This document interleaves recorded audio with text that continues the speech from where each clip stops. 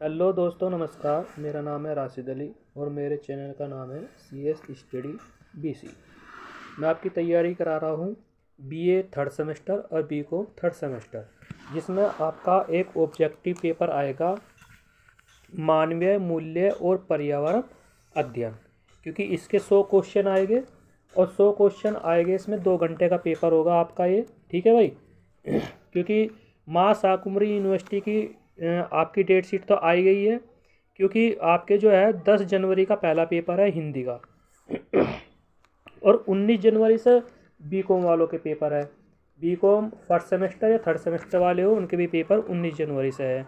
BA BSc BCom वालों के सबके 10 जनवरी से पेपर स्टार्ट हो रहे हैं। तो इसमें आपका एक पेपर पड़ता है ऑब्जेक्टिव का कि मानवीय मूल्य और पर्यावरण अध्ययन।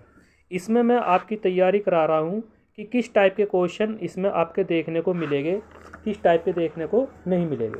अब बात करते हैं कि पहला क्वेश्चन जो है, अगर भाई एक बात हो रहा है, आपने अगर चैनल को सब्सक्राइब नहीं किया है तो चैनल को ज़रूर सब्सक्राइब कर लीजिए। ठीक है भाई, चलो स्टार्ट करते हैं। देखो पहला क्वेश्चन है, मानवीय मूल्यों के लिए आवश्यक है। अब मानवीय मूल्यों के लिए क्या आवश्यक है? ऑप्शन पहला दे रखा है, स्वयं, एक दूसरे और प्रकृति के साथ सद्भाव में रहना। दूसरा ऑप्शन दे रखा है, जीवन को आसान और खुशहाल बनाना। तीसरा ऑप्शन है, परिवार और दोस्तों के साथ रहना। और चौथा ऑप्शन है इसमें, इच्छाओं को पूरा करने के लिए पैसा कमाना। अब बात करते हैं कि मानवीय मूल्य के लिए क्या आवश्यक है। अब देखो, मानवीय मूल्य के लिए जो आवश्यक है हमारे पास, वह है पहला क्वेश्चन, यानी कि क्वेश्चन नंबर पहले का पहला ही आंसर हो जाएगा, स्वयं एक दूसरे की प्रकृति के साथ सद्भाव में रहना। ये मानवीय मूल्य के लिए आवश्यक है। ठीक है भाई, क्या है भाई?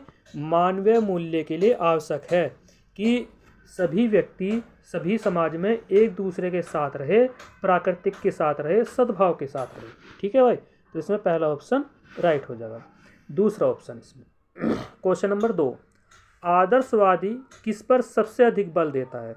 जो आदर्शवादी होते हैं वो किस पर बल देते हैं? ऑप्शन ए, भौतिक पक्ष पर। ऑप्शन बी, आध्यात्मिक पक्ष पर। ऑप्शन सी, शारीरिक पक्ष पर। ऑप्शन डी, बौद्धिक पक्ष पर। देखो आपको एक चीज़ मैं बता दूं, जो आदर्शवादी व्यक्ति होते हैं या आदर्शवादी वाले जो व्यक्ति होते हैं वो किस पर ज़्यादा जोर देते हैं? वो ज़्यादा जोर देते हैं जो इसमें होते हैं आध्यात्मिक वाले। ठीक है भाई, यानी कि आध्यात्मिक वाले लोग भाई भगवान हैं, ईश्वर है। ठीक है, इस तरह की चीज़ों को जो आदर्शवादी होते हैं वो इस चीज़ों पर ज़्यादा ध्यान देते हैं कि भाई पूजा पाठ करनी चाहिए। ठीक है, कि भाई आपको मंदिर में जाना चाहिए या मस्जिद में जाना चाहिए। ठीक है, आपको अपने बड़ों का आदर करना चाहिए। तो वे व्यक्ति होते हैं आदर्शवादी, और सबसे जो अधिक बल देते हैं वो आध्यात्मिक पक्ष पर देते हैं। ठीक है, आत्मा से संबंधित। क्वेश्चन नंबर 3, आदर्शवाद शिक्षा के उद्देश्य कैसे है? आदर्शवाद में शिक्षा का उद्देश्य पूछा, वो किस प्रकार के है? ऑप्शन ए, व्यक्तिगत है। ऑप्शन बी, सामाजिक है। ऑप्शन सी, व्यक्तिगत और सामाजिक दोनों है। ऑप्शन डी, व्यक्तिगत और सामाजिक दोनों नहीं है। ठीक है भाई, अब देखो, अगर हमें ये पता है कि आदर्शवाद वाले जो व्यक्ति है वो शिक्षा को किस रूप में देखना चाहते हैं या किस रूप में वे देखते हैं। ऑप्शन इसमें पहला क्या है, व्यक्तिगत रूप से, और दूसरा क्या है, सामाजिक रूप से। देखो जो आदर्श वाले व्यक्ति होते हैं वे दोनों चीज़ से देखते हैं, व्यक्तिगत से भी और सामाजिक से भी। तो इसमें हमारा ऑप्शन यानी कि आंसर जो हो जाएगा वो हो जाएगा तीसरा, व्यक्तिगत और सामाजिक दोनों के रूप में वे देखते हैं, ठीक, शिक्षा को।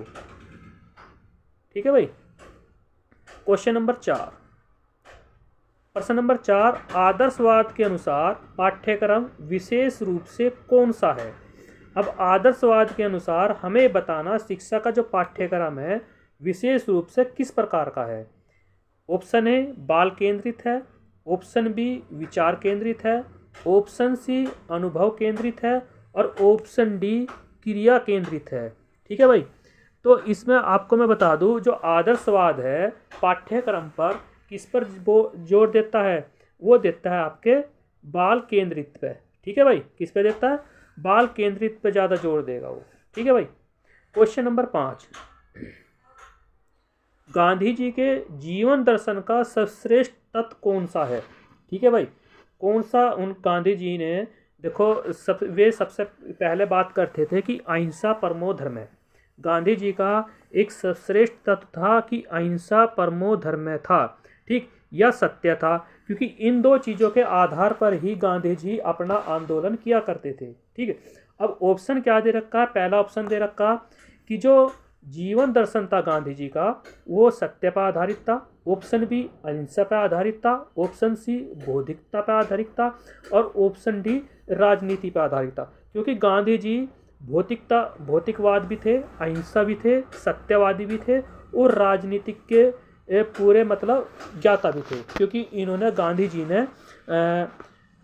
अफ्रीका में जा कर के मतलब इन्होंने एक सहयोग आंदोलन भी चलाया था कि भाई, और ये एक बैरिस्टर भी थे।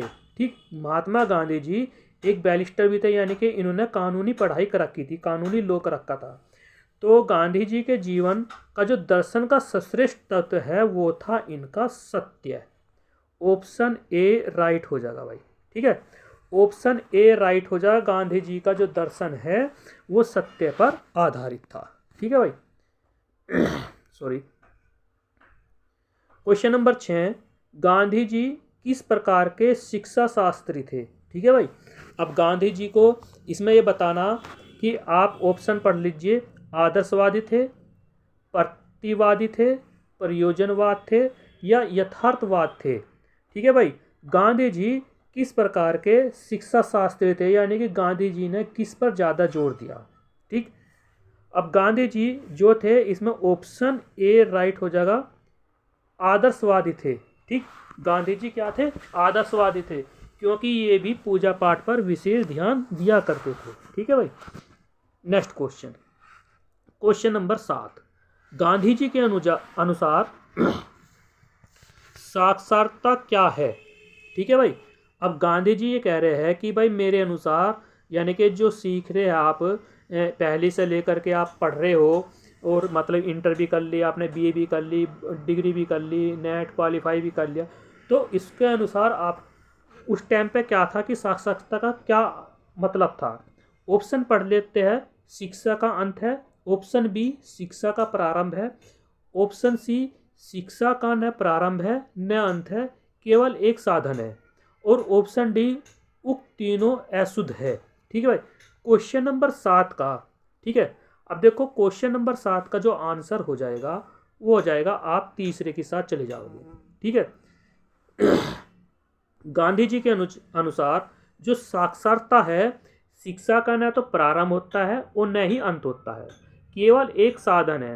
क्योंकि शिक्षा आप कभी भी प्राप्त कर सकते हो, कभी भी स्टार्ट कर सकते हो। ठीक, जरूरी नहीं है कि आप मतलब स्टार्टिंग यानी कि बचपन से ही अपनी पढ़ाई स्टार्ट कर दो, क्योंकि शिक्षा जो है कभी भी सीखी जा सकती है, इसका कोई अंत नहीं। कितना भी सीख सकते हैं, कितना भी इसको बढ़ा सकते हैं, कितना भी इसको घटा तो सकते ही नहीं, बढ़ा सकते हैं। ठीक, ये केवल एक साधन के रूप में होता है। ठीक है, तो गांधी जी का ये था मतलब। क्वेश्चन नंबर 8, गांधी जी ने किस प्रकार के उद्देश्यों पर बल दिया? ठीक है भाई, तो गांधी जी का किस प्रकार का उद्देश्य था? तो ऑप्शन पढ़ लेते हैं। व्यक्तिगत उद्देश्य पर था, ऑप्शन बी सामाजिक उद्देश्यों पर था, ऑप्शन सी व्यक्तिगत और सामाजिक दोनों उद्देश्यों के समन्वय पर था, और ऑप्शन डी था उपरोक्त तीनों मत अशुद्ध है, यानी कि गलत है, इनमें से कोई नहीं है। ठीक, तो इसमें आपका आंसर जो हो जाएगा वो हो जाएगा आपका सी, क्योंकि गांधी जी के प्रकार जो उद्देश्य थे वो सामाजिक भी थे और सामाजिक भी थे, यानी कि व्यक्तिगत भी थे और सामाजिक भी थे, दोनों उद्देश्य समान थे उनके लिए। क्वेश्चन नंबर 9, गांधी जी के दर्शन में कौन सा तत्व नहीं है? ठीक है भाई, अब हमें ये बताना कि गांधी जी के अनुसार कौन सा तत्व नहीं था। ऑप्शन ए सत्य, ऑप्शन बी अहिंसा, ऑप्शन सी ईश्वर, और ऑप्शन डी भौतिकता। अब देखो क्वेश्चन नंबर 9 में पहला ऑप्शन भी राइट है, दूसरा ऑप्शन भी राइट है, और तीसरा ऑप्शन भी राइट है।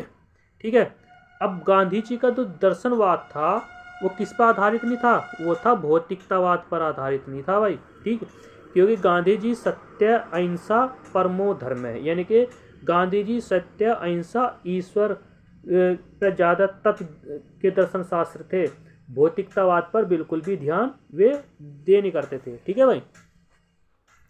क्वेश्चन नंबर 10, गांधी जी की बेसिक शिक्षा का गांधी जी की बेसिक शिक्षा का आधार क्या था। ठीक है भाई। ऑप्शन ए आधारभूत शिल्प, ऑप्शन बी भाषा, ऑप्शन सी गणित, ऑप्शन डी भूगोल।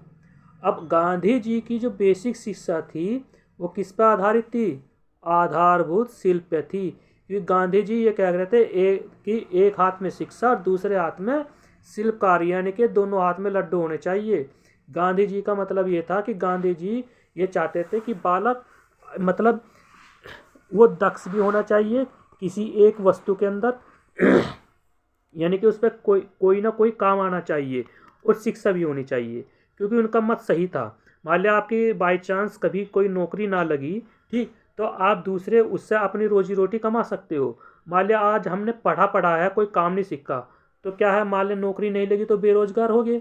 तो गांधी जी ये चाहते थे कि जो बेसिक शिक्षा है, बेसिक शिक्षा को आधार मानकर ही बच्चों को शिक्षा दी जाए कि उसका इंटरेस्ट बच्चे का किसके अंदर है। ठीक, अगर मान लिया कोई बच्चा ये चाहता है कि वो मतलब किसी गढ़ाई बुनाई या किसी वेल्डिंग या उसमें मतलब वो होशियार है, तो उसको उसकी भी शिक्षा दी जाए, और जो मतलब पढ़ाई है उसकी भी शिक्षा दी जाए। दोनों की शिक्षा देना अनिवार्य बताया था गांधी जी ने। ठीक है भाई। क्वेश्चन नंबर 11, गांधी जी की शिक्षा योजना विचार और कार्य क्रांतिकारी रहे है, ये किसने कहा। Option A Ila Sen, option B Avinash Lingam, option C S Patel, option D Kripalani. ठीक है भाई। अभी इसमें गांधी जी की जो शिक्षा योजना थी उसका कार्य क्रांतिकारी बताया था इला सेन ने। क्या बताया था भाई, इला सेन ने कहा था कि गांधी जी की जो शिक्षा योजना है विचार और कार्य क्रांतिकारी रही है, ये कहा था इला सेन ने। क्वेश्चन नंबर 12, शिक्षा मनुष्य के अंतर्निहित पूर्णता की अभिव्यक्ति है, ये किसने कहा है। ऑप्शन ए टैगोर ने, ऑप्शन बी विवेकानंद ने, ऑप्शन सी महर्षि अरविंद ने, और ऑप्शन डी रामकृष्ण परमहंस ने। ठीक है भाई। अब क्वेश्चन नंबर 12 का जो आंसर है वो कहा था किसने, विवेकानंद ने। किसने कहा था भाई, विवेकानंद ने कहा था कि शिक्षा मनुष्य के अंतर्निहित पूर्णता की अभिव्यक्ति है, ये विवेकानंद ने कहा था। ठीक है भाई। क्वेश्चन नंबर 13, स्वामी विवेकानंद के अनुसार शिक्षा का उद्देश्य कौन सा नहीं है। इनमें से पूछा कौन सा नहीं है। क्वेश्चन नंबर 13 का आंसर, पहला ऑप्शन पढ़ लेते हैं। ऑप्शन ए अंतर्निहित पूर्णता के व्यक्ति, ऑप्शन बी शारीरिक विकास, ऑप्शन सी संकीर्ण राष्ट्र का विकास, ऑप्शन डी विश्व बंधुत्व की भावना का विकास। ठीक, क्वेश्चन नंबर 13 का जो आंसर हो जाएगा वो हो जाएगा हमारे पास सी। ठीक है भाई। क्वेश्चन नंबर 13 का आंसर हो जाएगा सी। क्वेश्चन नंबर 14, अगर तुम भारत के विषय में जानना चाहते हो तो विवेकानंद का अध्ययन करो, यह किसने कहा था। ऑप्शन ए पंडित नेहरू ने, ऑप्शन बी गुरुदेव टैगोर ने, ऑप्शन सी रोमियो रोला ने, option D doctor Radha Krishna ने। ठीक है भाई। तो भाई क्वेश्चन नंबर 14 का जो आंसर है वो बोला था भाई सी ने, यानी कि आपका रोमियो रोला ने कहा था कि अगर तुम भारत के विषय में कुछ जानना चाहते हो तो विवेकानंद के बारे में आपको जानकारी इकट्ठी करनी पड़ेगी, उनके बारे में पढ़ना पड़ेगा। ठीक, तो ये कथन जो है वो रोमियो रोला का है। ठीक है भाई। क्वेश्चन नंबर 15, क्वेश्चन नंबर 15 का है, क्वेश्चन नंबर 15 जो है, स्वामी विवेकानंद ने शिक्षा के किस गुण का होना आवश्यक नहीं बताया है। ठीक। तो स्वामी विवेकानंद ये कह रहे हैं कि शिक्षा में ये गुण नहीं होना चाहिए, बाकी सारे गुण होने चाहिए। ऑप्शन पढ़ लेते हैं। ऑप्शन ए शास्त्र का ज्ञान, ऑप्शन बी निष्पापता का ज्ञान, ऑप्शन सी उच्च चरित्र का ज्ञान, ऑप्शन डी आर्थिक संपन्नता का ज्ञान।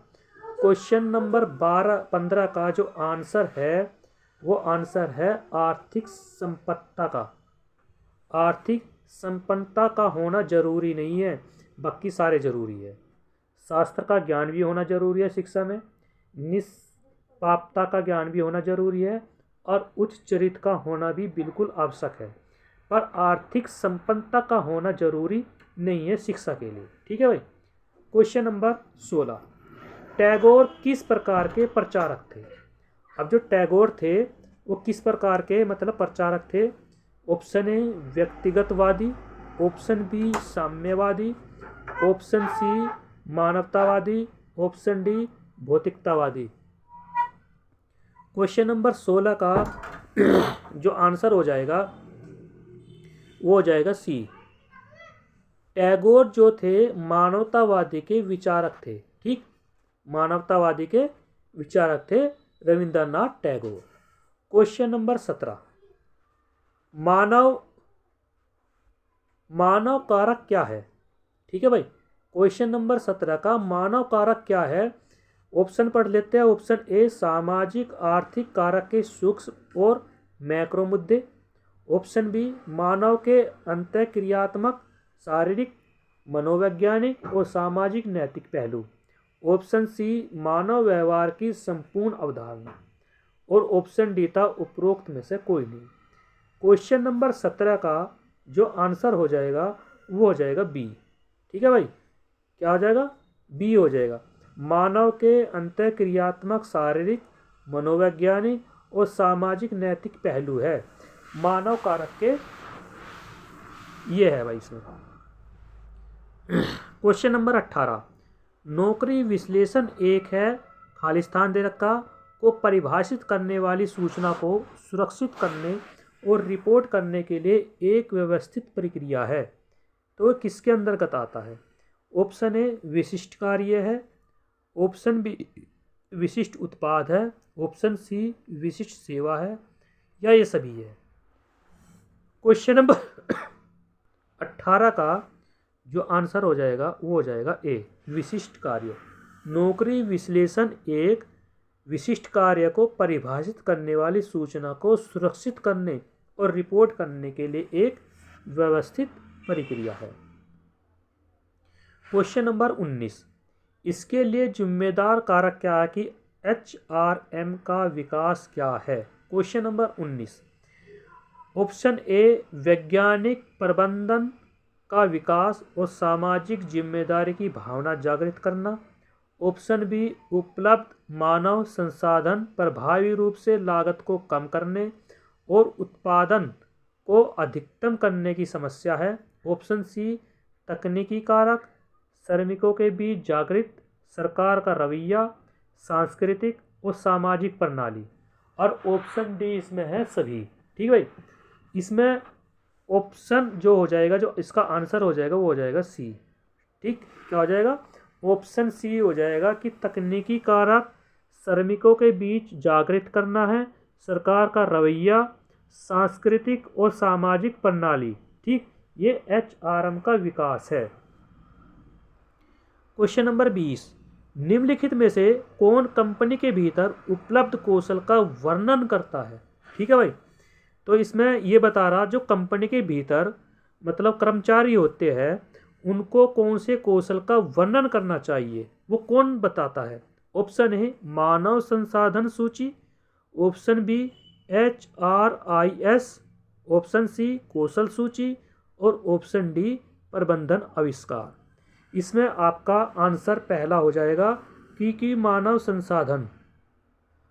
संसाधन की सूची कंपनी के भीतर ये बताती है कि आदमी की उपलब्धता का वर्णन कैसे करना चाहिए, किस सूची के अंदर होना चाहिए। क्वेश्चन नंबर 21, किसने कार्मिक प्रबंधन को प्रबंधन के एक क्षेत्र के रूप में परिभाषित किया है जो श्रम बल को खरीद, विकास, रखरखाव और उपयोग के विभिन्न ऑपरेटिव कार्यों की योजना और नियंत्रण के साथ करना है। तो ये किसने कहा? ऑप्शन है हैरोल्ड कॉन्टन्स ने, ऑप्शन बी गलुक ने, ऑप्शन सी माइकल जूसियस ने, ऑप्शन डी फिलिपो ने। ठीक है भाई, क्वेश्चन नंबर 21 का जो आंसर है वो हो जाएगा आपका तीसरा। ठीक है भाई, इसका तीसरा आंसर हो जाएगा कि माइकल जूसियस ने कहा था। क्वेश्चन नंबर 22, अपने प्रतिद्वंदी विचारों पर एक फर्म के लिए प्रतिस्पर्धी लाभ के स्रोत के रूप में काम करने वाले संसाधनों और क्षमताओं को खालिस्तान कहा जाता है। ठीक है भाई, तो ऑप्शन ए कोर योग्यता, ऑप्शन बी कोर क्षमता, ऑप्शन सी प्रतिस्पर्धात्मक लाभ, ऑप्शन डी योग्यता। तो भाई इसमें आपका पहला ऑप्शन राइट हो जाएगा। ठीक है भाई, क्वेश्चन नंबर 23, मानव संसाधन नियोजन खालिस्तान के लिए अनिवार्य है। ठीक है भाई, क्वेश्चन नंबर 23, ऑप्शन ए प्रभावी कर्मचारी विकास कार्यक्रम, ऑप्शन बी भर्ती के लिए आधार, ऑप्शन सी चयन नीतियों के लिए आधार और ऑप्शन डी ये सभी। तो इसमें भाई आपका आंसर आ जाएगा ये सभी, यानी कि चौथा ऑप्शन सारे के सारे इसमें सही है। ठीक है भाई,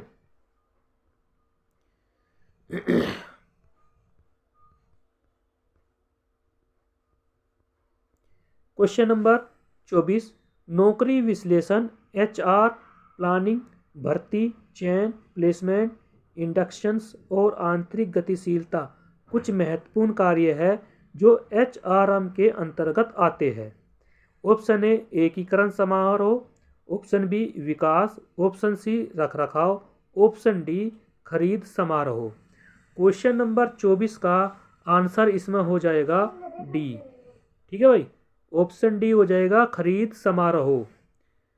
क्वेश्चन नंबर 25, निर्देशन HRM के महत्वपूर्ण कार्यों में से एक है जो खालिस्तान के अंतर्गत आता है। ऑप्शन ए प्रबंधकीय समारोह, option B operative function, option C तकनीकी कार्य और ऑप्शन डी व्यवहार समारोह। क्वेश्चन नंबर 25 का जो आंसर हो जाएगा वो हो जाएगा आपका ऑप्शन ए प्रबंधकीय समारोह। ठीक है भाई, क्वेश्चन नंबर 26, मानव संबंध दृष्टिकोण किससे संबंधित है। ठीक है भाई, तो इसमें भाई आपका आंसर हो जाएगा सी। ठीक, आंसर सी हो जाएगा क्योंकि इसका बहुत बड़ा आंसर है, इसलिए इसका आंसर सी हो जाएगा।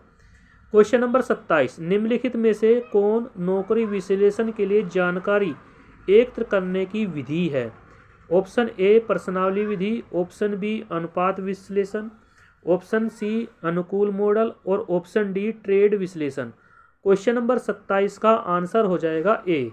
ठीक है भाई, प्रश्नावली विधि जो है वो नौकरी विश्लेषण के लिए जानकारी एकत्र करने की एक विधि है। ठीक है भाई, क्वेश्चन नंबर 28, खालिस्तान शिक्षा, कौशल, योग्यता और प्रभावी ढंग से नौकरी करने के लिए आवश्यक अनुभव के लिए संदर्भ में मानवीय विशेषताओं के बारे में जानकारी प्रदान करना है। ऑप्शन ए नौकरी का विवरण, ऑप्शन बी नौकरी विनिर्देश, ऑप्शन सी नौकरी विश्लेषण और ऑप्शन डी नौकरी का मूल्यांकन। ठीक, क्वेश्चन नंबर 28 का जो आंसर हो जाएगा वो हो जाएगा आपका बी। ठीक है भाई, बी इसमें राइट हो जाएगा। क्वेश्चन नंबर 29, HRM अभ्यास की नींव किसने रखी। ये क्वेश्चन जरूर आएगा भाई इस बार। ठीक है, HRM अभ्यास की नींव किसने रखी। ऑप्शन ए एल्टन मियो ने, ऑप्शन बी रोए थिल्बर्सबर्गर और डिक्सन ने, ऑप्शन सी पीटर ड्रक और Douglas McGregor, option D David C McClelland ने। तो इसमें आपका ऑप्शन सी राइट हो जाएगा भाई। ठीक है, ऑप्शन सी राइट हो जाएगा, पीटर ड्रकर और डगलस म्रेकर ने HRM अभ्यास की नींव रखी थी, यानी कि यही इसके ज्ञाता है। क्वेश्चन नंबर 30, HRM एक अति विशिष्ट कार्य कैसे बन गया है? क्वेश्चन नंबर 30 का जो आंसर हो जाएगा वो हो जाएगा आपका बी। क्या हो जाएगा? बी। यह कर्मचारियों के उत्पादन और संतुष्ट को अधिकतम करता है। क्वेश्चन नंबर 31, नौकरी विनिर्देश में क्या शामिल नहीं है, यानी कि क्या शामिल है? ऑप्शन ए शारीरिक विशेषताएं, ऑप्शन बी मनोवैज्ञानिक विशेषताएं, ऑप्शन सी व्यक्तिगत विशेषताएं और ऑप्शन डी ये सभी। क्वेश्चन नंबर 31 का आंसर इसमें डी हो जाएगा। ठीक है भाई, क्या हो जाएगा भाई इसमें? सॉरी, इसका आंसर डी हो जाएगा भाई, सभी इसमें इसके अंतर्गत आ जाएंगे। क्वेश्चन नंबर 32, TQM का प्रमुख जोर खाली स्थान पर है, किस पर है भाई? ऑप्शन ए उत्पादक की गुणवत्ता पर है, ऑप्शन बी कंपनी की लाभप्रदता पर है, ऑप्शन सी ग्राहक प्रसन्न पर है और ऑप्शन डी कर्मचारी प्रशिक्षण पर है। क्वेश्चन नंबर 32 का जो आंसर हो जाएगा वो हो जाएगा ए, यानी कि उत्पादक की गुणवत्ता पर होना चाहिए सारा प्रमुख जोर। ठीक है भाई। क्वेश्चन नंबर 33, असाधारण रूप से अच्छा प्रदर्शन करने और फर्म के भीतर लक्षित संसाधनों के भंडार को बढ़ाने की क्षमता को खालिस्तान कहा जाता है। ऑप्शन ए उत्पादकता, ऑप्शन बी कुशल, ऑप्शन सी प्रभावी, ऑप्शन डी योग्यता।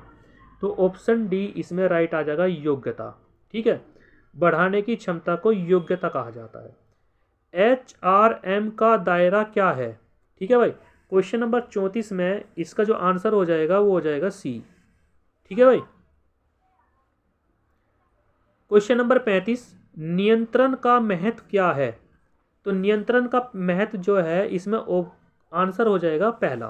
ठीक है भाई, सुनिश्चित करें कि गतिविधियां योजना की शर्तों के अनुसार है। क्वेश्चन नंबर 36, प्रबंधन में निर्णय क्या है? क्वेश्चन नंबर 36 का आंसर भी आपका पहला ही हो जाएगा। ठीक, विचार के बाद उचित निष्कर्ष पर पहुंचना, ये प्रबंध का निर्णय होना चाहिए।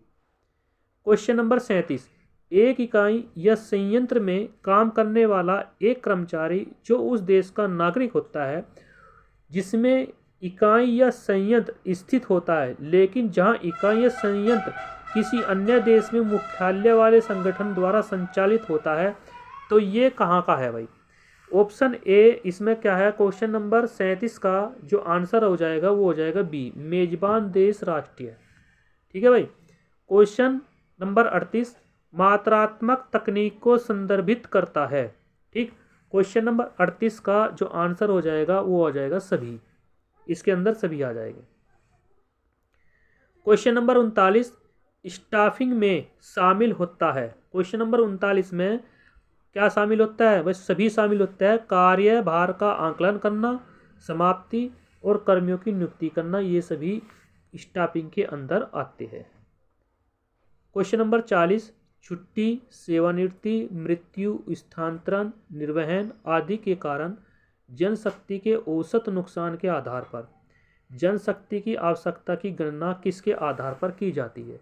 क्वेश्चन नंबर 40 का जो आंसर हो जाएगा वो हो जाएगा आपका बी, कार्यबल विश्लेषण। ठीक है भाई, कार्यबल विश्लेषण है। क्वेश्चन नंबर 41, MPDQ का मतलब क्या है? ठीक है, क्वेश्चन नंबर 41 का जो आंसर है वो पहला ही हो जाएगा, यानी कि M से मैनेजमेंट, P से स्थिति विवरण प्रश्नावली, यानी कि क्वेश्चन आंसर। ठीक है भाई। क्वेश्चन नंबर 42, HRM की रणनीति क्या होनी चाहिए? क्वेश्चन नंबर 42 का आंसर जो है वो आपका डी हो जाएगा, यानी कि दीर्घकालीन और अल्पकालीन योजना बनाना, जनशक्ति के इष्टतम स्तर की योजना बनाना, कर्मियों को प्रशिक्षण कार्यक्रम प्रस्तुत करना, ये सभी HRM की रणनीति के अनुसार होने चाहिए। ये सभी इसके उदाहरण हैं। क्वेश्चन नंबर 43, अवांछित उपस्थिति कर्मचारियों की मदद करने की प्रक्रिया है नामक अन्य फर्मों के साथ नई नौकरियों की तलाश करती है। तो क्वेश्चन नंबर 43 का जो आंसर हो जाएगा वो हो जाएगा पहला, विस्थापन। Question number 44, laissez faire viewpoint क्या है? क्वेश्चन नंबर 44 बिल्कुल इंपॉर्टेंट है, आएगा भाई। ठीक, इसका जो आंसर है वो आंसर है बी। ठीक है, आंसर बी हो जाएगा इसका। क्वेश्चन नंबर 45, हम मानव कारक की प्रकृति को कैसे समझ सकते हैं? क्वेश्चन नंबर 45 का जो आंसर है वो हो जाएगा आपका इसमें भी बी। ठीक है भाई, तो ये 45 क्वेश्चन थे, बाकी जो क्वेश्चन है अगली वीडियो में आ जाएंगे। इस प्रकार आपकी ये पहली यूनिट यहाँ पर समाप्त हो जाएगी। ठीक है, इसमें जितनी भी यूनिट है वे सभी यूनिट मैं आपकी धीरे धीरे करा दूंगा एग्जाम से पहले पहले। ठीक है भाई, थैंक यू, नमस्कार।